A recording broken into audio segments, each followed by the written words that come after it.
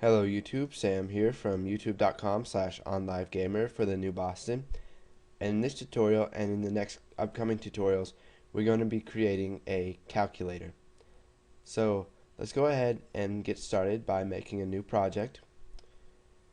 We'll select Windows Forms application and we will just call it calculator. And we'll wait for that to load. Now let's go ahead and add some stuff to our form. So we'll open up our toolbox. We will add 3 text boxes. And for the third text box, we are going to set read only equal to true. So read only is now equal to true. And we'll go ahead and set the names for these. So the first one is going to be text num1. The second one is going to be text num2, and the third one is going to be text num3, or text answer. Now let's go ahead and add some buttons here. So we'll just add them below, and we will make this a little bit bigger.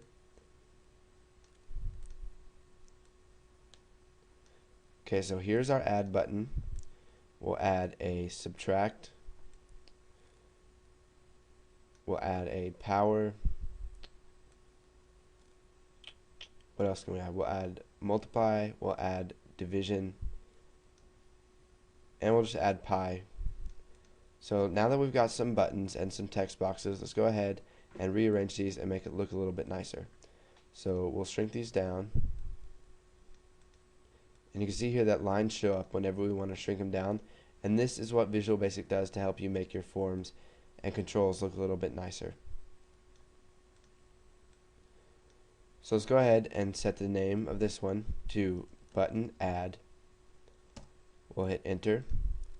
We will have button subtract, button divide,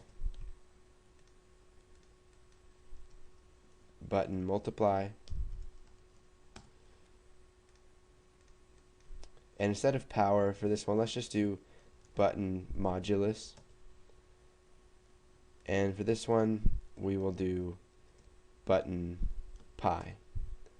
So now let's go ahead and set the text value for each of these. So the first one's just going to be add. This one will be subtract. And this one will be divide. Multiply. Modulus, and pi. So now let's add some labels so the user knows what these boxes are for. So we will just select all of these and drag them down some. We'll drag this down and this down with it.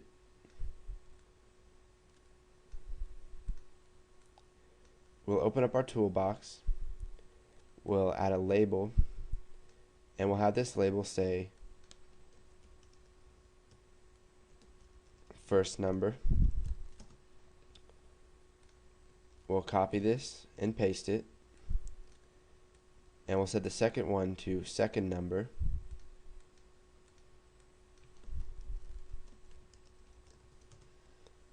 And we'll set the third one to answer.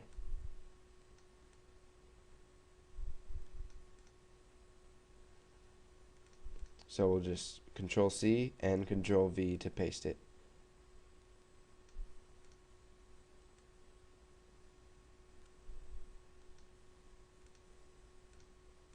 So for this one, we'll just type answer. Okay, so now I'll just create click events for each one of these.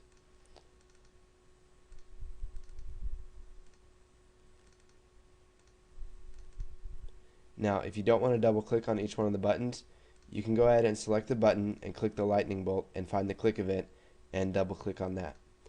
So now that you've got your form initialized and you know what it looks like, you don't have to make it look exactly like mine, but go ahead and once you've made that, move on to the next tutorial and we'll start putting in the code for this.